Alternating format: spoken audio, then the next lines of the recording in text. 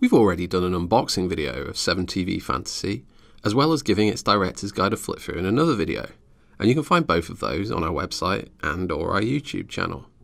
But here, we're completing our video trilogy with The Return of the King. No, sorry, that's not it. We're completing our video trilogy with the Producer's Casting and Encounter Guides. The Producer's Guide is a softback, landscape format, 32-page, full-colour book. It presents the very cool background that's been created for the cinema world that 7TV's set in. Here, fantasy film producer Donatella Di Lorenzo and her studio, Minerva Archives, are presented. These are the game's chosen settings for your production, and if you want to include them in your gaming, they'll provide the meta-narrative. You'll make new productions that will join the Minerva Archives catalogue, and the nods to classic fantasy films here, in both the writing and the visuals, will be enjoyed by anyone who has any kind of love of classic fantasy cinema, especially the Conan kind of stuff. With lights, camera, action, the book describes the chapter-based gameplay of 7TV Fantasy. Each chapter is the game's equivalent of a scenario, with a casting call representing the choosing of characters on the opposing sides, and then, once that's done, the scenario/chapter, along with its film theme, is ready to go. The Prologue Section gives you a step-by-step run-through of everything you need to do pre-game, all the way up to the very first initiative roll. That starts with deciding the chapter, either by choosing it or rolling for a random option. Then you decide the attacker and defender, and the optional extra of encounters, which is covered in the Encounter Guide. You go on to place objectives and an optional MacGuffin, then get down to putting your models on the board, starting out with non-sneaky ones, and then you put the sneaky ones on to follow. With that done, a trilogy deck's made, and that's covered in the Director's Guide. Then artifacts are handed out, and players finally roll off for initiative. And then you play the game out until chapters end, and that happens with either one player's cast all out of play, no trilogy cards remaining, or a specific chapter end condition being met. The level of victory is then determined by the difference in victory points, and there's nothing too wild here, but the chapters themselves are good and varied. There's a standard battle, of course, but it's things like the race, which is a rush to deliver a message of great importance, and the theft, where one side could be attempting to transport a precious object that the other must steal, or perhaps a raid on a sorcerer's tower for a special artifact, that have a bit more interest. The rest of the book moves to the Minerva Archives and looks at some of the studio's invented classic features. These are a wonderful collection of familiar sounding film and thus gaming options, with a fantastic amount of background text and tabletop battle suggestions. To make playing these practical, the set dressing section of each production suggests elements that you can use from the Encounter Guide. And you just apply these to your games to get the right kind of theme. And then, onwards, brave heroes and nasty villains, to the Casting Guide. This book is the same format as before, but it's 44 pages long. And it's not, as we initially expected, actually about magic. The casting type here is that you're creating a cast of heroes or villains for your 7TV production. Each player uses ratings to buy a cast for the game, and these are listed for each character, be they the stars, co-stars or extras. And a basic starting cast might only cost 20 ratings, but then if you want to make a true epic, and by association make a truly epic game, that casting cost could go up to something like 100. The game offers an open casting option, where you mix and match choices, but with the following restriction. Only extras from the same genre as your star and co-star may be included.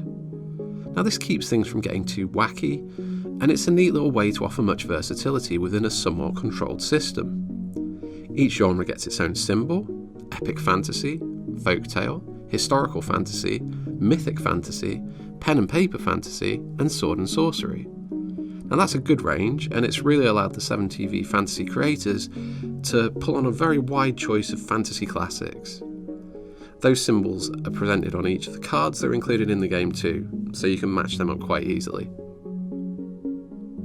The majority of this guide is used to list background details on the 230 star, co-star and extra options in the game. Now this is a brief, per character kind of bit of flavour, but it adds a lot that wouldn't fit onto the already rather busy cards. It's all been written to be read in a kind of booming voice, and it feels like the sort of condensed text you'd get in a roleplay game, either a pen and paper one or a video game, to let you know the sort of character archetype you're choosing. It takes in all the heroic and villainous stars and co-stars first, then the numerous heroic extras, there's 27 of those, and the even more numerous villainous extras, a whopping 62 of them, clearly business is booming in bad guy world. And things round out with over 100 neutral extras, making for a truly delicious buffet of choice. Did your desired star or co-star somehow get missed from the call sheet? Well, no worries, you can create them by modifying any of the existing ones using this welcome extra page of guidance. There's a comprehensive list of special effects at the back of the guide, abilities some of the models can use basically. Finally, there are tables that list the genres each character fits into, making cross-referencing wonderfully easy, and a unit leader table that will help you put cohesive groups of stars and extras together. On to the fourth book, the Encounter Guide, and it has a different format. It's a dinky little A5 portrait, full colour, 36-page book. This is where you can add an absolutely exhaustive load of modifiers to your gaming, suited to your chosen cinematic style and world. It starts with an introduction, then lists which genres each of its encounters is suitable for, and then describes wandering monsters. These are the NPC type extras who can cause extra in-game difficulties. After that, it dives in with masses of options. Flipping on, what initially looked like a black, white and yellow only tome is suddenly given a bright splash of character with one of many smashing scenic shots, showing the best gaming fun you could create for the chosen encounter. So here, Adventurers Camp has a huge dragon wandering across the riverside tent that the cast have set up. It really makes you want to play these games instantly. Alongside it are rules covering the incorporation of the encounter into your game, done via the use of templates, cards, tables and more. Each of the encounters has its own distinct theme and feel, and will bring many a smile to the faces of fantasy aficionados because they'll be reminded of many a fantasy favourite, as well as being given a chance to play them out. From the pestilent bog terrain and effects of the deathly marshes, through the labyrinthine underground entrances, treasures and deadly guardian monsters, all the way to the tavern crawl and its inevitable drunken brawl, there's a lot to enjoy here. The photo accompanying the ritual was especially nostalgic to us, and it really shows the sort of attention to detail that Crooked Dice and University Press have lavished on the presentation of their latest game. And that's the lot. An exciting treasure trove of fantasy options for your gaming fun.